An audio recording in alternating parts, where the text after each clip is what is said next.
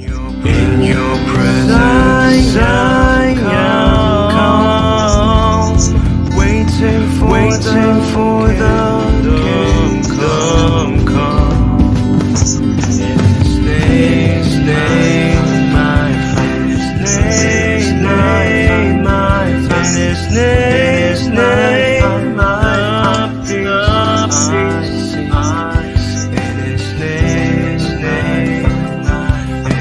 His name, my in His name, my joy seek.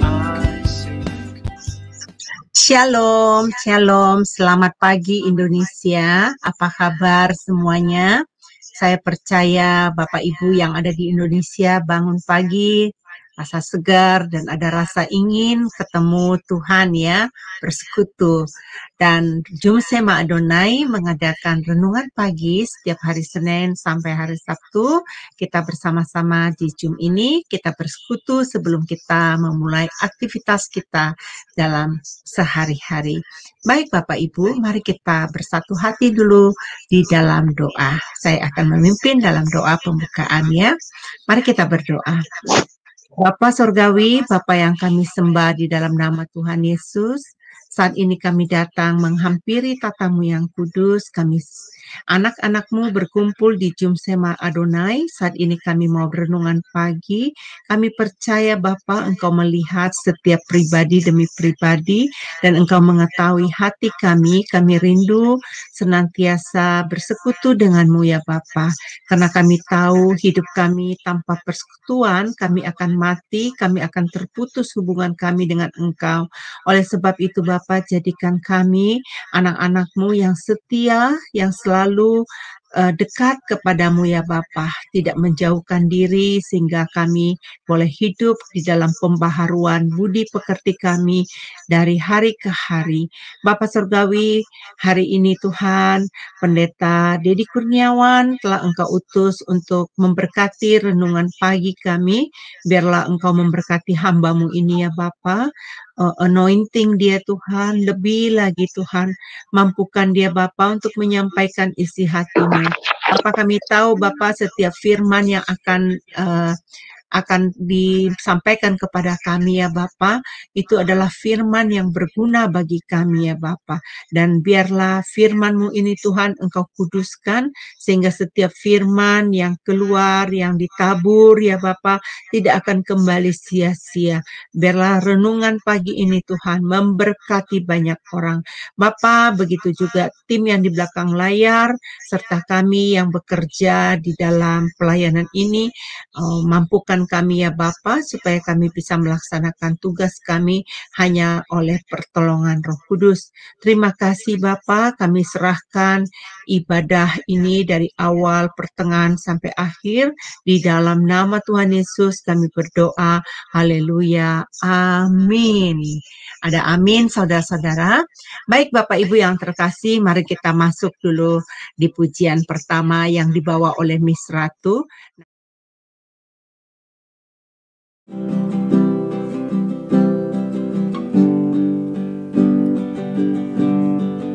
Aku mengasihi Engkau Yesus dengan segenap hatiku. Aku mengasihi Engkau Yesus dengan segenap jiwaku.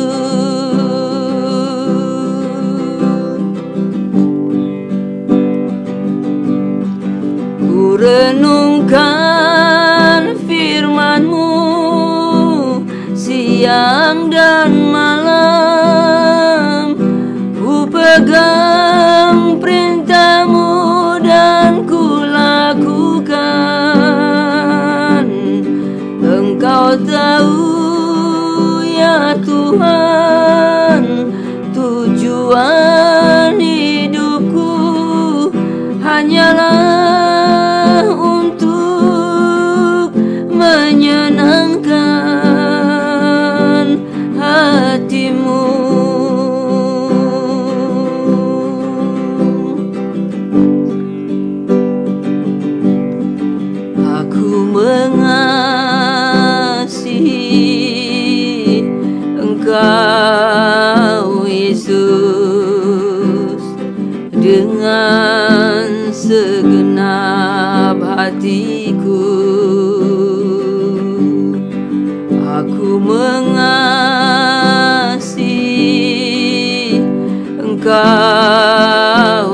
Yesus dengan segenap jiwaku.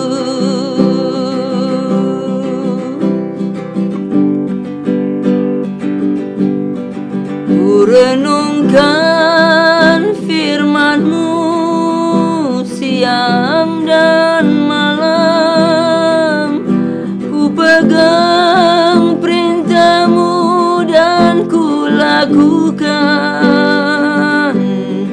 Engkau tahu ya Tuhan, tujuan hidupku hanyalah untuk menyenangkan hati-Mu. Engkau tahu ya Tuhan, tujuan hidupku hanyalah untuk menyenangkan hati-Mu.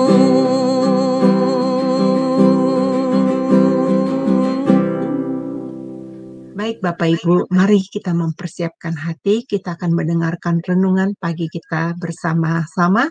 Dipersilakan Pak Dedi.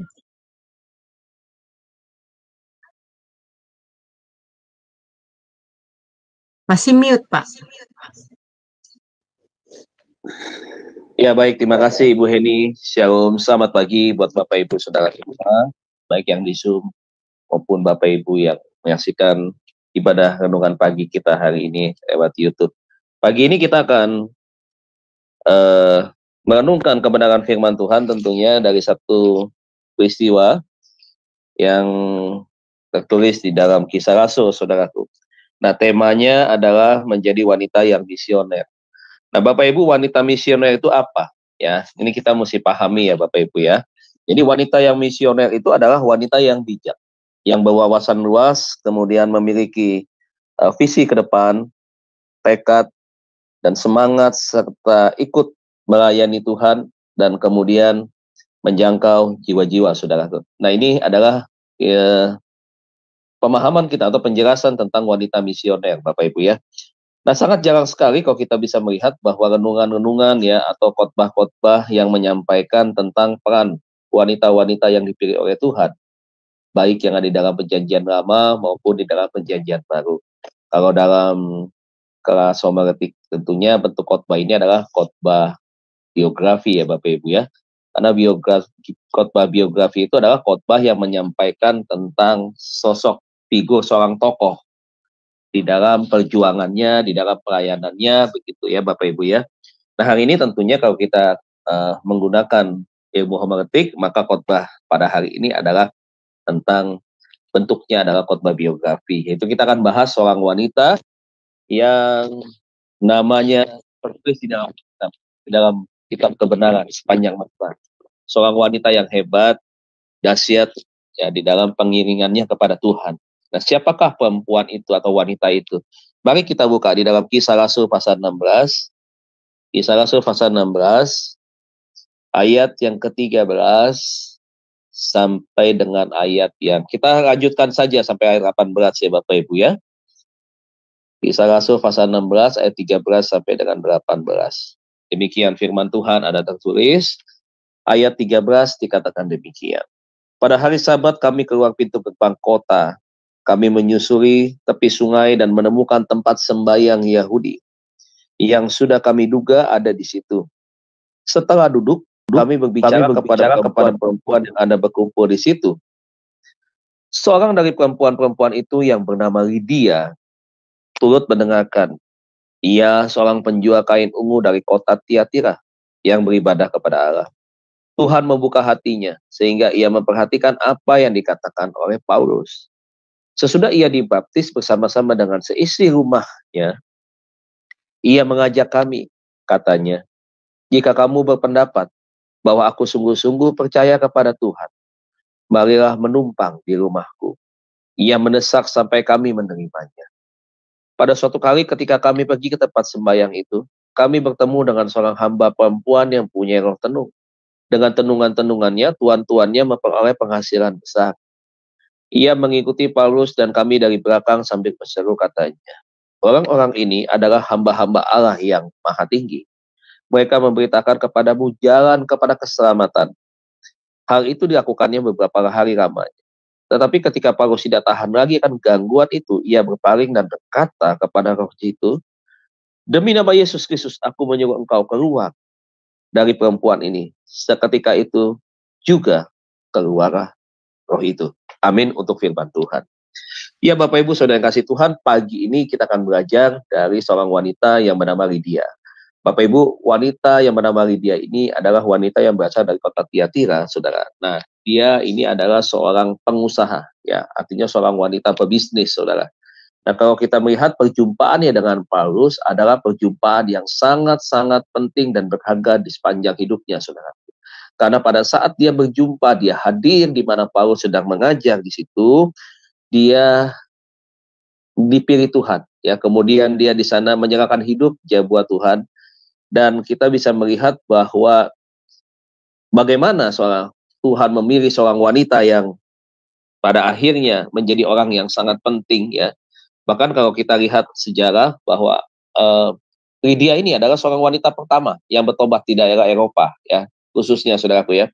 Dan kita bisa belajar bahwa ternyata di dalam Alkitab banyak sekali tokoh-tokoh wanita yang bisa menjadi satu contoh teladan bagi pria maupun wanita, saudara. Bahwa kalau Tuhan sudah pakai, ya, Tuhan tidak memakai, artinya gini, bukan hanya laki-laki yang diberikan kepercayaan, yang dipilih oleh Tuhan untuk melayani. Tidak. Tetapi Tuhan juga libatkan perempuan. Artinya kalau di dalam kita melayani pekerjaan Tuhan, kita dipilih menjadi duta-dutanya Tuhan, begitu ya saudaraku, ya. Tuhan tidak hanya memberi mayoritas itu kepada laki-laki, tidak.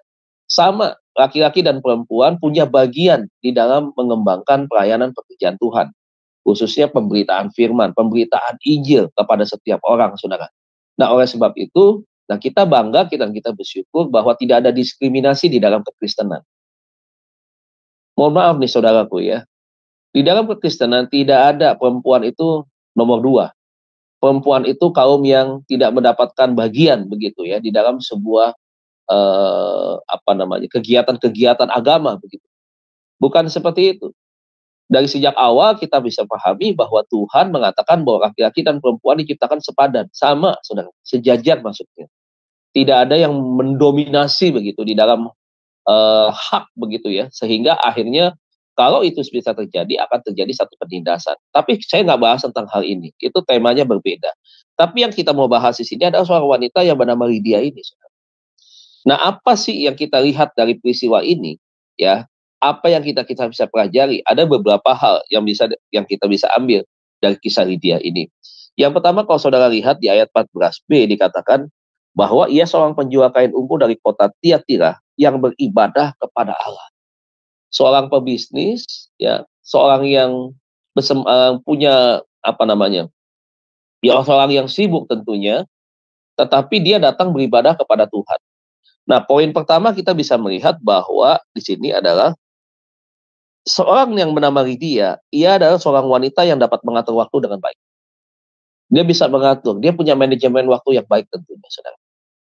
Nah, kenapa saya katakan demikian, saudara? Buat seorang pebisnis tentunya untuk membagi waktu, kalau kita bisa melihat aktivitas dari seorang pebisnis, tentunya itu kadangkala yang sering kali terjadi adalah masalahnya adalah di masalah waktu. Sulit sekali untuk bisa bagi waktu. Beberapa orang ya semakin sibuk begitu. Tapi Lydia memberikan sebuah contoh pelajaran bagi kita. Jadi kalau saudara baca kisah Lydia, dia bukan seorang pengusaha yang biasa, ya, dia seorang pengusaha besar ini, saudara. Nah, saudara bisa melihat bahwa seorang yang berkecimpung dalam dunia bisnis, artinya pertama apa, saudara? Pertama bahwa Tuhan bisa pakai dia. Siapapun orang yang sekuler, ya, kalau Tuhan sudah memilih, ya, Tuhan pakai. Bisa. Bukan berarti hanya untuk orang yang dipanggil secara full time, tidak. Tetapi orang-orang yang berkecimpung di dalam marketplace bisa. Kalau Tuhan sudah mau pilih. Prinsipnya ketika Tuhan mau pilih adalah orang tersebut adalah orang yang punya hati. Mau dibentuk Tuhan. Nah, kalau kita bisa melihat dalam hal ini adalah apa?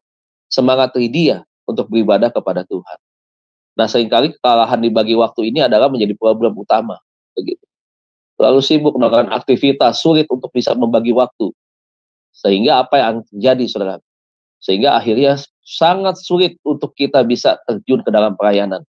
Sulit kita punya hubungan pribadi yang begitu dekat dengan Tuhan. Karena kesibukan itu begitu mengikat kita, mengikat seseorang, sehingga seseorang sulit untuk keluar dari sana. Sehingga ada saja halangan, tantangan, dan hambatan.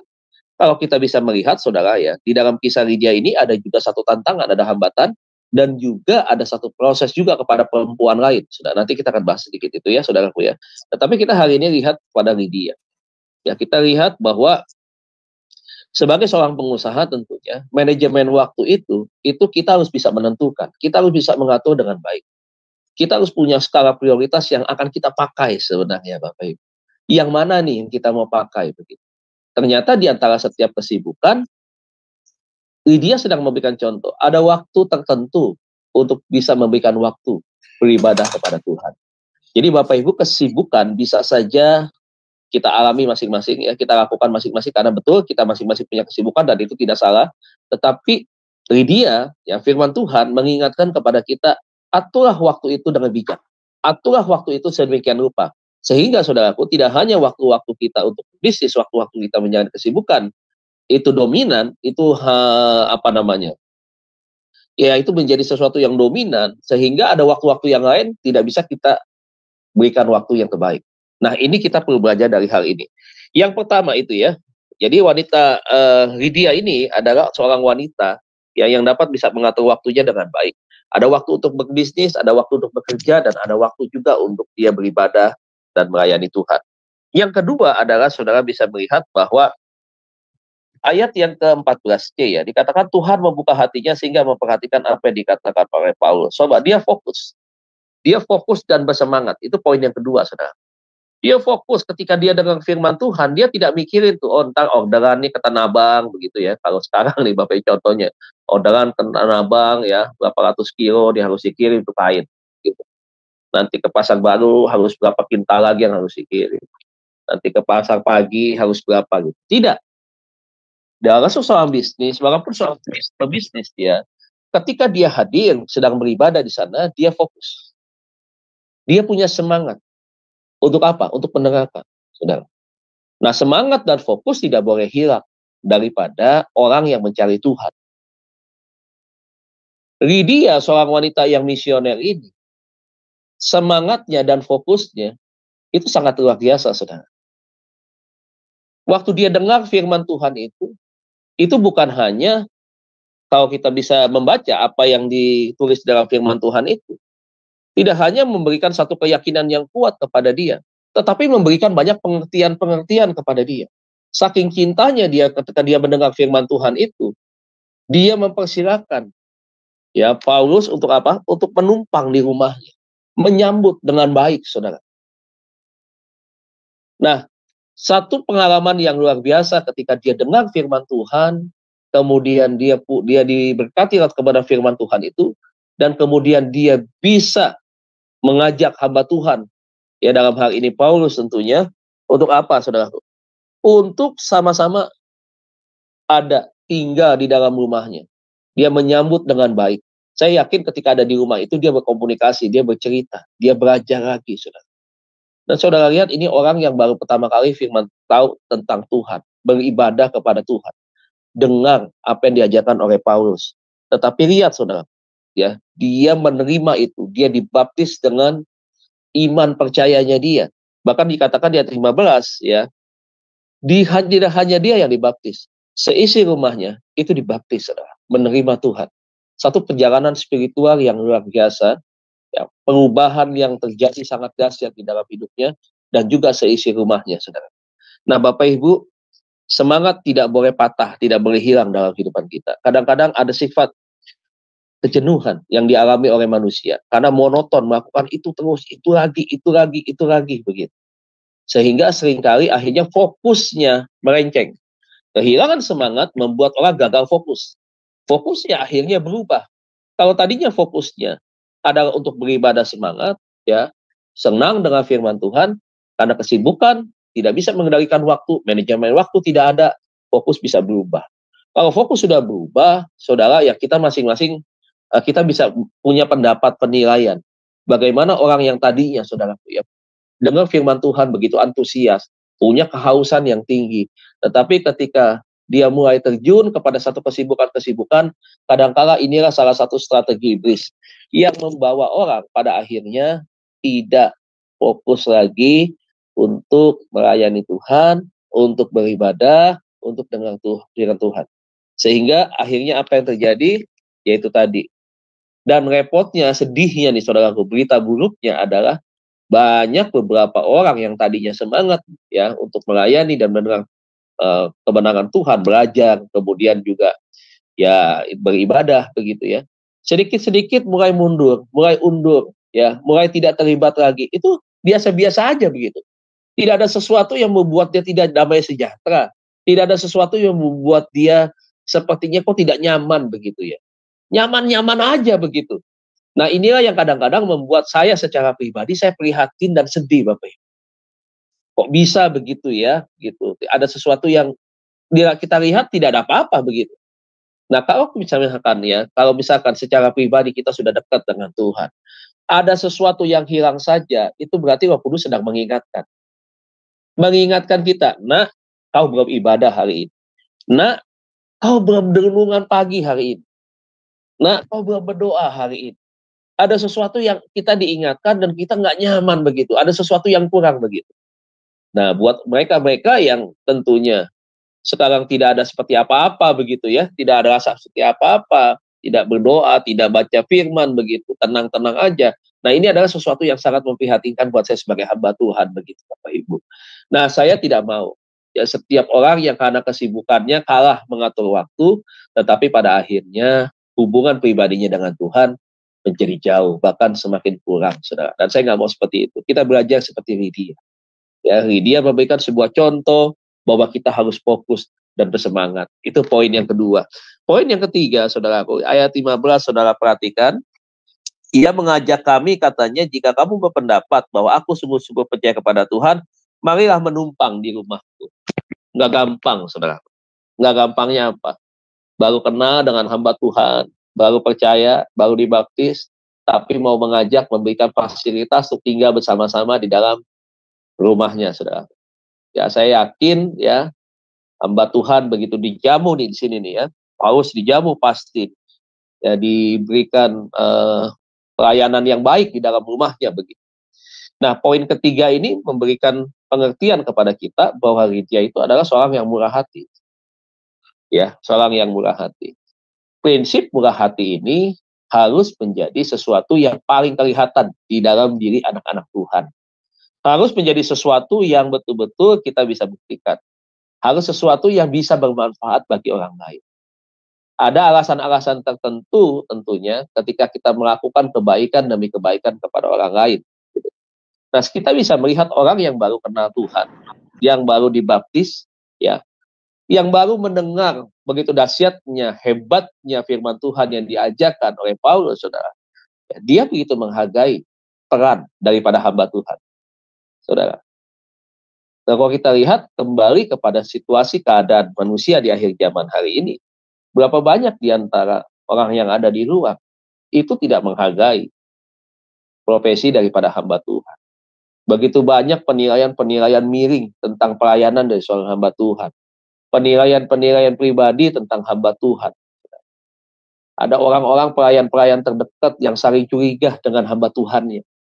Ada beberapa orang dari gereja-gereja yang lain yang sesama hamba Tuhan bahkan saling menjatuhkan. Saudara, kita bisa melihat, kita belajar. Kadang-kadang ini sangat-sangat ya firman Tuhan itu menemplak betul-betul ya. Mereka-mereka yang disebut Kristen sudah sejak lama.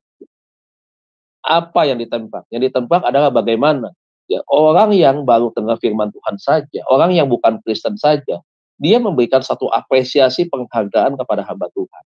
Ketika saya menyampaikan ini saat sekarang ini, saudara, itu bukan berarti saya sedang mempromosikan begitu ya, mempropagandakan Anda supaya ketika Anda ketemu dengan hamba Tuhan, Anda memberikan fasilitas. Bukan itu, ya, bukan itu. Tetapi di sini adalah respect, betapa menghargainya peran, ya, usaha pelayanan dari seorang hamba Tuhan yang sudah memberi dampak kepada dia, kepada si Lydia ini, maksudnya Paulus. Dia melihat betapa besarnya perubahan dalam hidupannya ketika firman Tuhan itu menguatkan dia, memberikan pelajaran penting bagi dia di dalam menjalani kehidupan.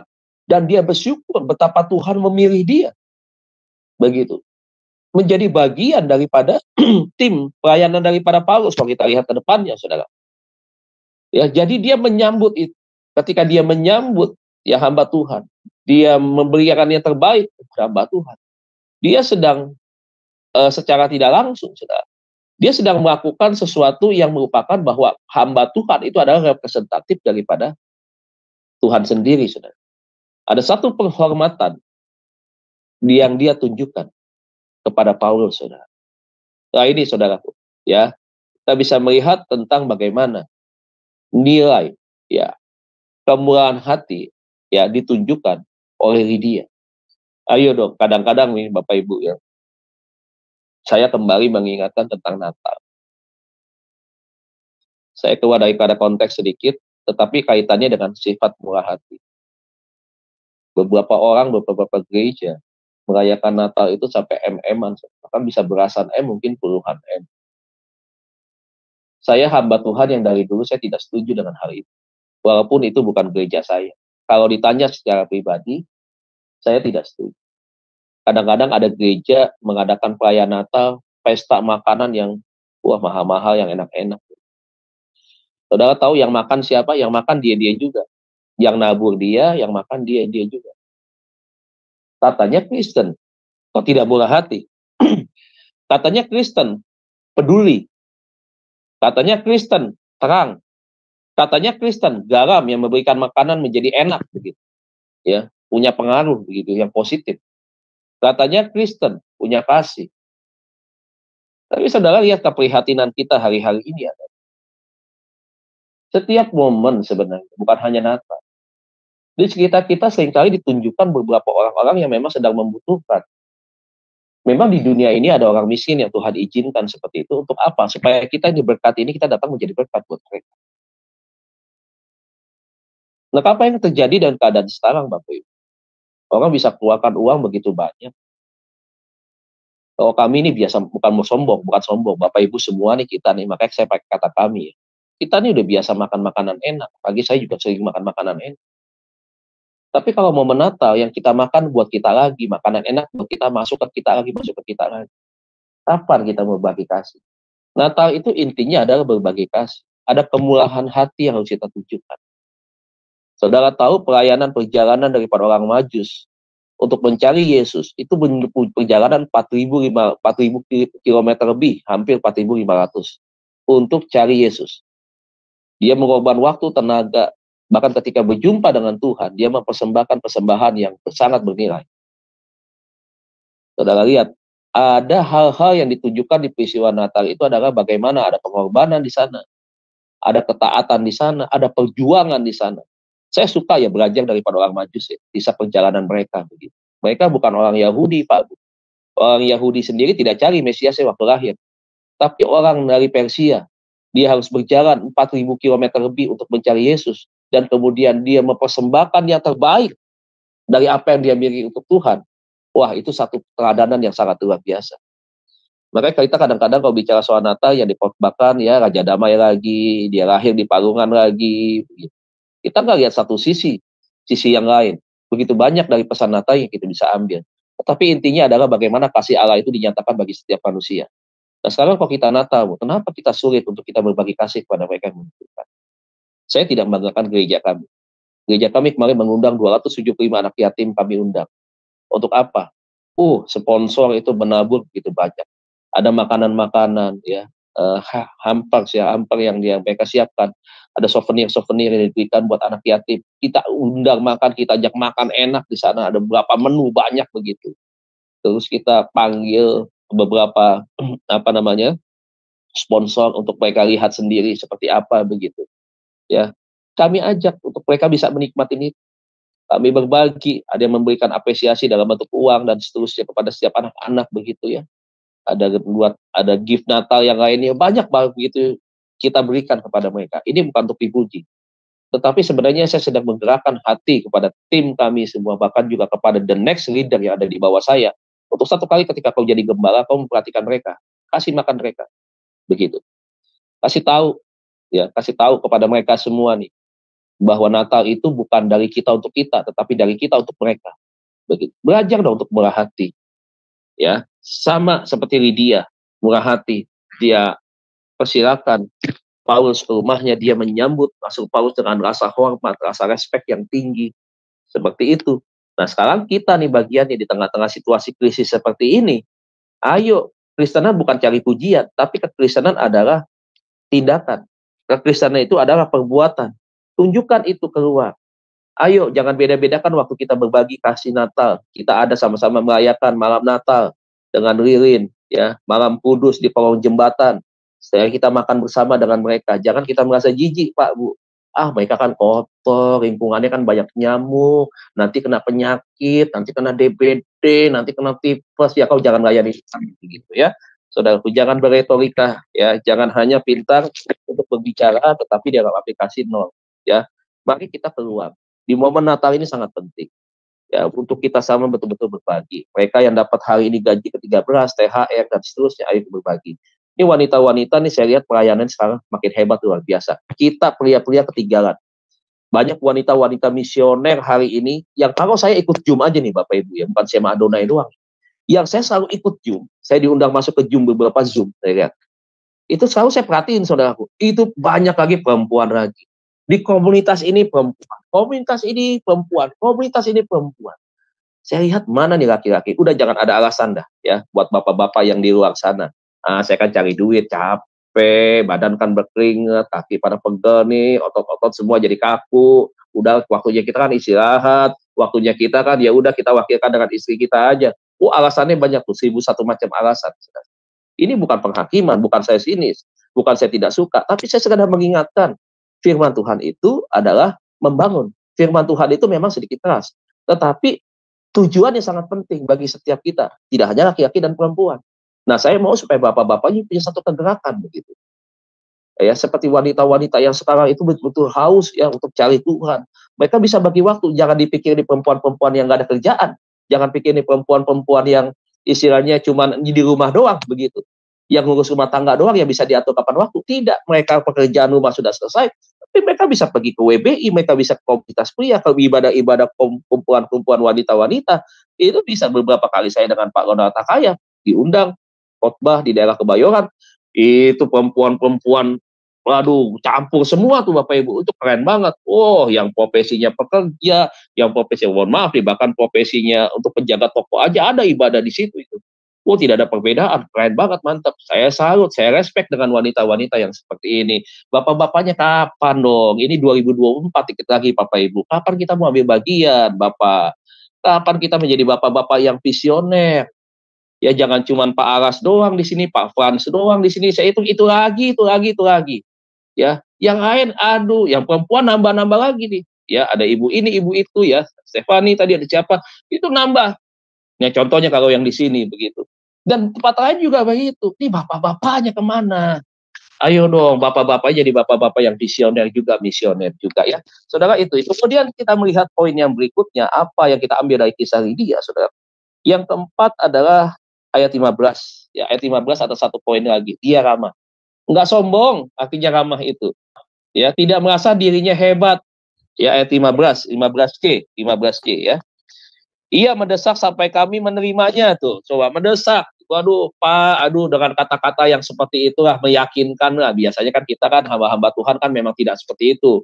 Kenapa? Ada etika yang kita jaga. Jangan sampai kata orang, oh pelayanan, oh itu manfaatin orang kaya tuh. Oh mau pelayanin, oh ada maunya tuh. Oh ada maunya tuh pendeta lihat tuh. Waduh tuh, tinggal di rumah orang kaya tuh ada maunya. Padahal tidak. Bukan keinginan si hamba Tuhan itu. Tapi kalau kayak sekarang jadi gosip. Kalau sekarang hamba Tuhan dekat dengan orang kaya, oh pasti mau manfaatin nih, oh pasti mau ambil perpuluhannya nih, wah pasti mau cari dana Natal nih, wah pasti mau bayar kreditan mobil nih, wah macam-macam. Begitu. Tapi yang meminta ini adalah seorang pengusaha, seorang yang hebat. Dia ramah. Nah, wanita-wanita yang hebat adalah wanita-wanita yang ramah. Bapak-bapak yang hebat adalah bapak-bapak yang ramah. tidak sombong, tidak merasa, wih, gue pengusaha, sorry, nggak level sama gue, jauh sana. Oh, nggak begitu. Bukan Kristen yang model begini. Tapi orang yang Kristen, dia adalah yang ramah. Siapapun, Bapak Ibu, ayo silakan masuk, ayo. Wah, seperti biasa. Itu tidak menjadikan apa yang dia miliki, itu menjadikan sebuah senjata utama untuk dia bisa melakukan diskriminasi atau milih-milih orang. Tidak. Ya, tetapi dia seorang yang betul-betul ramah.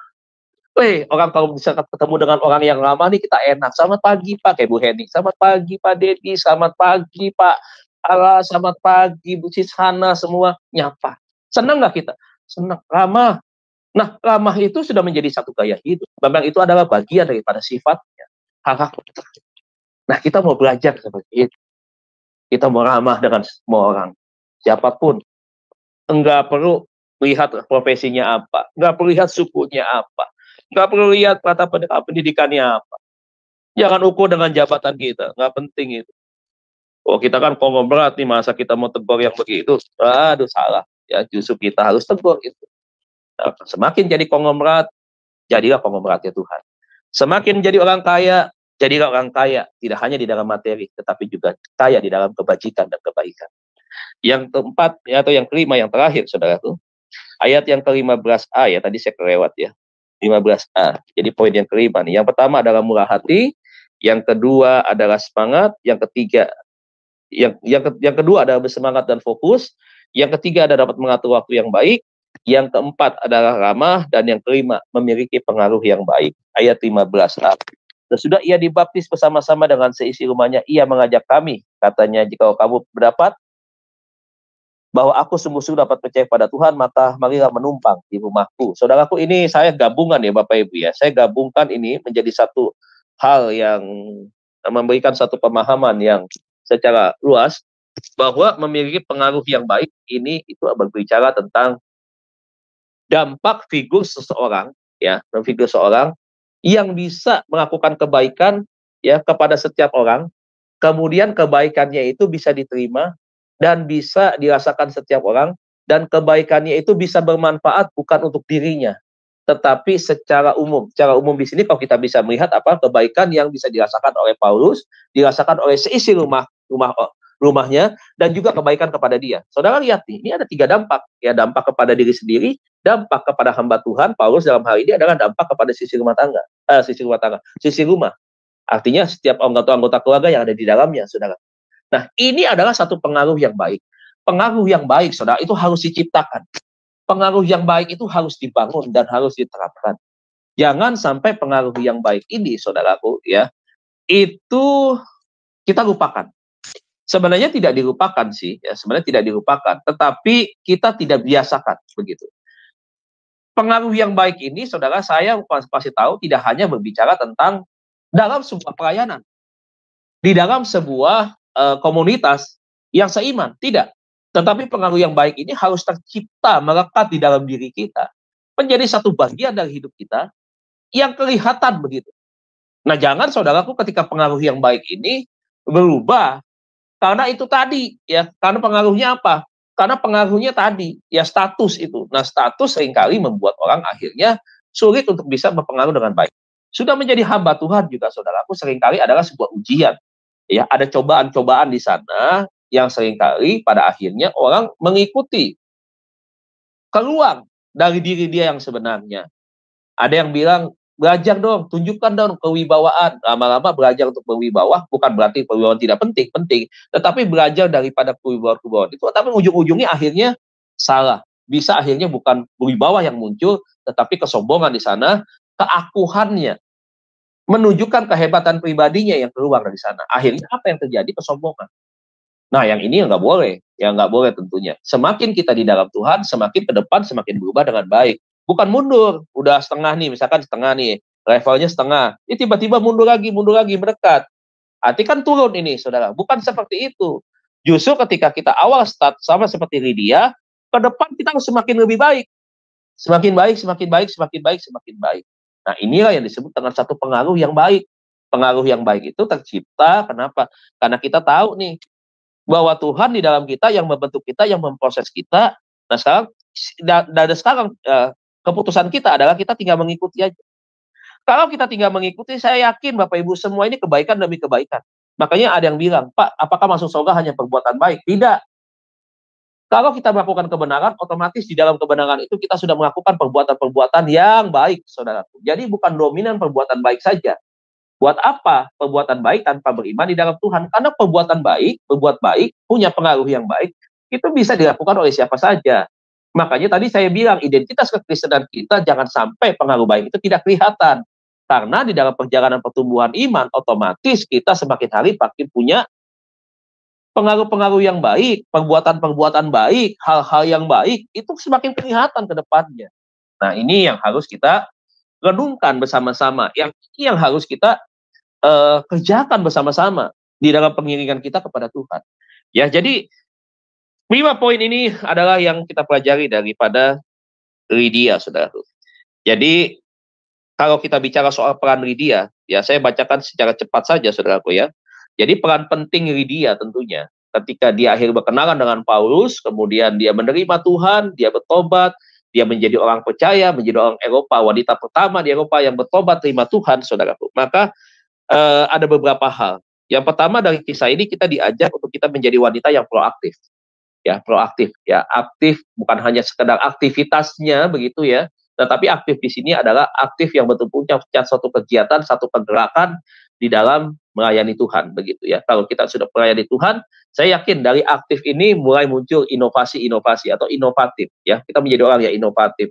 Kemudian menjadi orang yang kreatif juga. Nah, di dalam hal ini sekarang sudah ditunjukkan oleh wanita-wanita banyak ya di saat sekarang ini. Kita tidak hanya belajar dari Lydia, tapi apa yang ditunjukkan oleh Lydia, hari ini kita bisa melihat hasilnya. Begitu banyak wanita-wanita yang betul-betul menjadi wanita yang visioner ya. Mereka itu aktif, inovatif, dan kreatif. Muncul hamba-hamba Tuhan yang hebat, dahsyat, diurapi Tuhan hari-hari ini. Kita bisa melihat kan. Di YouTube kita banyak, gak usah sebut nama lah. Yang mereka pelayanannya, begitu berdampak sekali.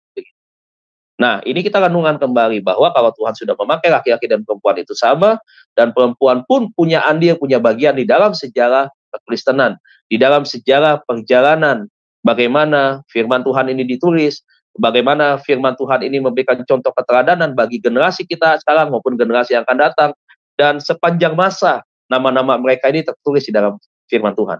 Ya, kan Alkitab bilang bumi boleh lenyap, tetapi firman Tuhan, ya, apa yang tertulis ini tidak akan pernah lenyap. Dan berbahagialah mereka yang nama-namanya tertulis di dalam kitab kebenaran ini, saudara. Yang kedua adalah kita diingatkan untuk kita mendukung penjangkauan jiwa, Bapak Ibu. Bapak Ibu, sekarang Bapak Ibu harus renungkan. Saya ada di Sema Adonai untuk apa? Apakah saya belajar untuk diri saya sendiri? Jadi saya tahu teologi? Jadi saya sekedar tahu banyak tentang pengkhotbah berbicara tentang apa? Apakah hanya sekedar itu? Tidak. Saudara sekarang sedang belajar adalah untuk dipersiapkan.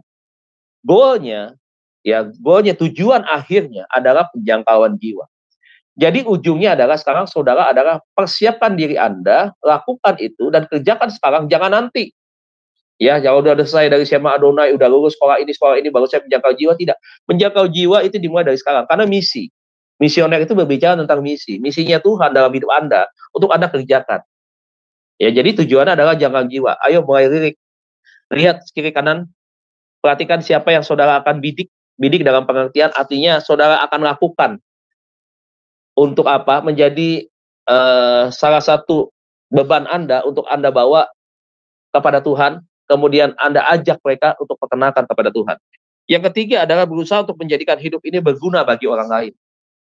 Ya, berusaha untuk menjadikan hidup ini berguna bagi orang. Karena kenapa kata ada berusaha? Karena tidak mudah untuk kita hidup berguna bagi orang lain, banyak tantangan, banyak hambatan dan seterusnya, saudaraku. Hambatannya apa? Hambatannya itu bisa terjadi di salah satunya seperti apa yang tertulis di ayat 16 sampai dengan 18. Saudara lihat di dalam pelayanan perjalanan pekerjaan misi selalu ada tantangan-tantangan dari kuasa-kuasa kegelapan. Selalu ada. Ya, kebetulan di dalam ayat 16 18 ini diceritakan tentang seorang wanita penenung ya, yang wanita penenung yang kedapatan dia berprofesi menjadi seorang itu tadi ya, ahli ramal dan seterusnya, saudaraku ya. Ada hambatan dan tantangannya, maka berusaha. Artinya apa? Berjuang untuk itu. Yang keempat adalah mendahulukan Tuhan daripada kepentingan pribadi. Bapak Ibu ya, mendahulukan Tuhan daripada kepentingan pribadi. Kepentingan pribadi apa? Belajar dari dia. Ada bisnis yang menghasilkan uang nih, cien, cuan, dan ciaknya nih. Tetapi dia bisa kesampingan itu, dia bisa geser, dia bisa atur itu. Bukan hanya tentang saya, kata saya sendiri dia. Bukan hanya untuk saya, tetapi saya juga untuk Tuhan. Saya mau juga untuk hamba Tuhan. Saya mau juga untuk pelayanan orang-orang percaya. Saya juga mau untuk saudara-saudara saya. Nah ini, begitu. Jadi tidak hanya untuk kepentingan kita, tetapi buat kepentingan orang lain, khususnya buat saudara-saudara kita. Ayo Bapak Ibu, 4 hal daripada peran penting ini harus kita kerjakan dari apa yang dilakukan oleh dia. Demikian firman Tuhan Bapak Ibu Saudara sekalian, renungan pagi hari ini. Jangan pernah kalah terhadap hambatan, rintangan, tantangan apapun juga yang dihadapi di dalam diri Bapak Ibu, tetapi kita harus kembali, semua yang kita lakukan adalah untuk Tuhan. Dan kita perlu belajar dari apa yang tertulis di dalam firman Tuhan, supaya perjalanan kita menjadi satu perjalanan yang memang diharapkan oleh Tuhan. Tuhan Yesus memberkati kita semua. Amin untuk firman Tuhan. Saya kembalikan kepada moderator. Tuhan Yesus berkati. Iya, terima kasih banyak Pak Dedi. Pesan khusus buat kita, anak-anak Tuhan ya. Jadilah wanita yang misioner ya. Jadi walaupun Anda pria-pria, ini bukan Anda harus menjadi wanita ya, tukar gender, bukan, tetapi ini adalah panggilan buat kita setiap anak-anak Tuhan menjadi penginjil ya. Dan baik Bapak Ibu yang terkasih, mari kita satukan hati di dalam doa ya. Kita bersyukur akan firman Tuhan. Bapa Surgawi, terima kasih untuk kebenaran firman Tuhan yang diberikan kepada kami ya Bapa. Kami percaya apa firman yang disampaikan kepada kami sungguh untuk menegur kami ya Bapa, untuk kami untuk bisa menjalani visi dan misimu di muka bumi ini, menjadi wanita yang misioner ya Bapa. Kami belajar dari satu orang tokoh Lydia ya Bapa yang telah Engkau pakai. Kami juga mau memiliki semangat seperti beliau Tuhan yang pernah ada di muka bumi ini. Dia ramah terhadap sesama dalam pelayanan juga Bapa. Dia memiliki kemurahan hati ya Bapa. Bapa, kami juga mau sama seperti itu supaya kami memiliki pengaruh yang baik untuk bisa mempengaruhi orang dan bisa mengajak mereka untuk datang kepadamu ya Bapa. Bapa, mampukan kami ya Bapa untuk belajar kebenaran firman-Mu, dan setelah itu Bapa yang menjadi goal-Mu agar kami bisa menjangkau jiwa-jiwa, menginjil Tuhan, untuk membawa orang datang untuk diselamatkan ya Bapa. Biarlah Bapa kami juga mengerti bukan hanya untuk kepentingan pribadi kami saja, tetapi kami bisa mementingkan keperluan orang lain juga Bapa, agar mereka tidak binasa. Bapa, terima kasih untuk Jumsema Adonai. Setiap hari kami menyuarakan tentang kebenaran. Biarlah kebenaran ini tidak kembali sia-sia Bapa, tetapi kebenaran ini akan memberkati banyak umat-Mu. Berkati hamba-Mu Tuhan yang telah menyampaikan renungan pagi hari ini. Biarlah apapun yang menjadi pelayanan hamba-Mu ini, dia menjadi gembala sidang, dia menjadi dosen di STT, dia menjadi pengajar-pengajar di Jum-Jum lain Tuhan, di gereja-gereja lain Bapa. Pakai dia Tuhan, lebih heran, lebih ajaib. Berkati istri dan anak-anaknya, berkati juga usahanya ya Bapa. Bapa Surgawi, kami serahkan seluruh ibadah dari firman Tuhan hari ini yang akan menjadi rema dalam hidup kami oleh pertolongan Roh Kudus, dan kami percaya firman-Mu akan hidup, akan menyinari perjalanan hidup kami untuk menyongsong kedatangan-Mu yang kedua kali. Bapa Surgawi, terima kasih, di dalam nama Yesus kami berdoa. Haleluya, amin. Bapak Ibu, saya percaya apa firman Tuhan yang telah disampaikan hari ini ya, itu akan menjadi bagian kita. Mari Bapak Ibu, kita terus mau menjadi pelaku firman Tuhan. Mari kita menyimak satu pujian dari Miss Ratu yang adalah lagunya Ku Yakin dan Percaya.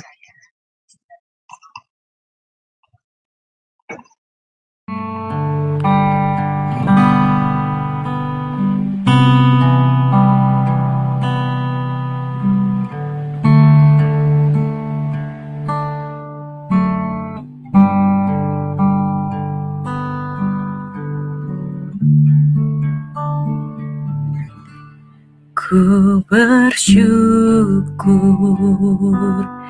ya Bapakku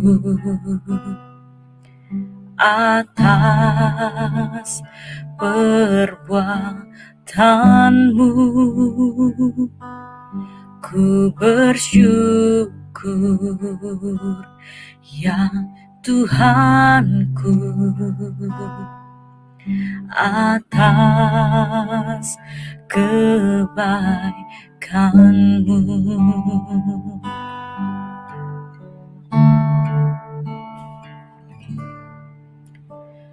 Tuhan, ini hidupku,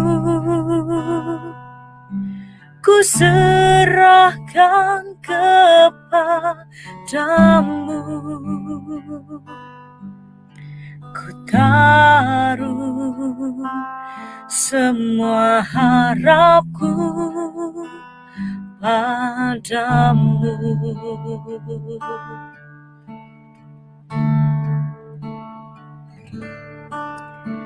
Semua yang terjadi, ku tahu itu kehendakmu. Ku yakin dan ku percaya akan indah pada waktunya.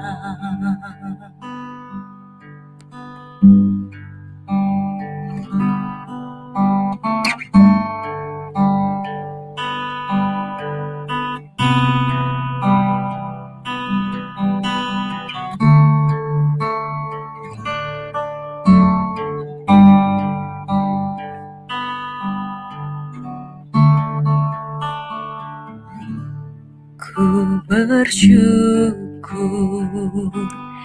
ya Bapakku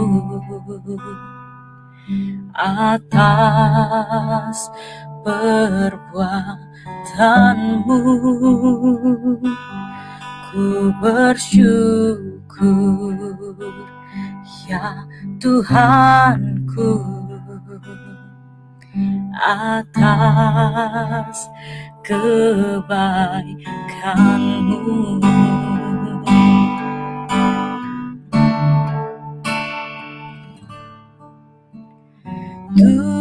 Tuhan, ini hidupku, ku serahkan kepadamu. Ku taruh semua harapku padamu.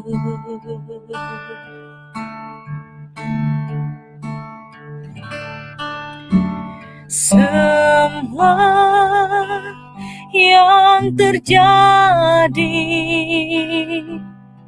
ku tahu itu kehendakmu. Ku yakin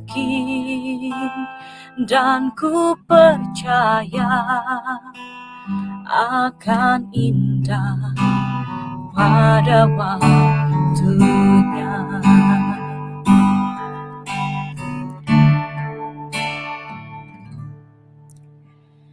Tuhan, ini hidupku, ku serahkan kepadamu.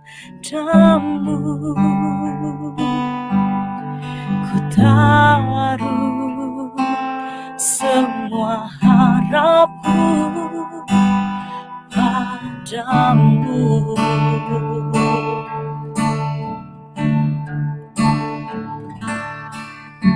Semua yang terjadi, ku tahu itu kehendakmu. Ku yakin dan ku percaya akan indah pada waktunya. Ku yakin dan ku percaya akan indah pada waktunya.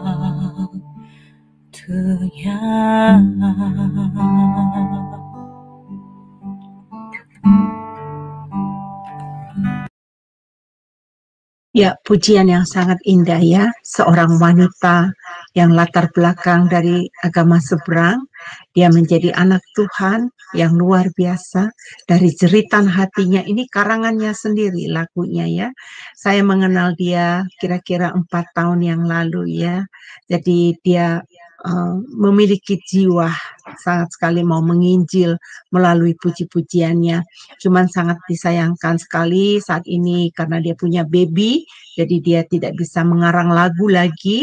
Dan dia berkata kepada saya, nanti kalau setelah anak saya udah besar, saya akan nyanyi lagi Bu, katanya gitu. Saya akan ngarang lagi. Udah banyak Tuhan kasih dia di benaknya itu pujian-pujian. Nah, kita berdoa buat Miss Ratu supaya Miss Ratu ini bisa membesarkan ketiga anaknya yang masih kecil-kecil ya.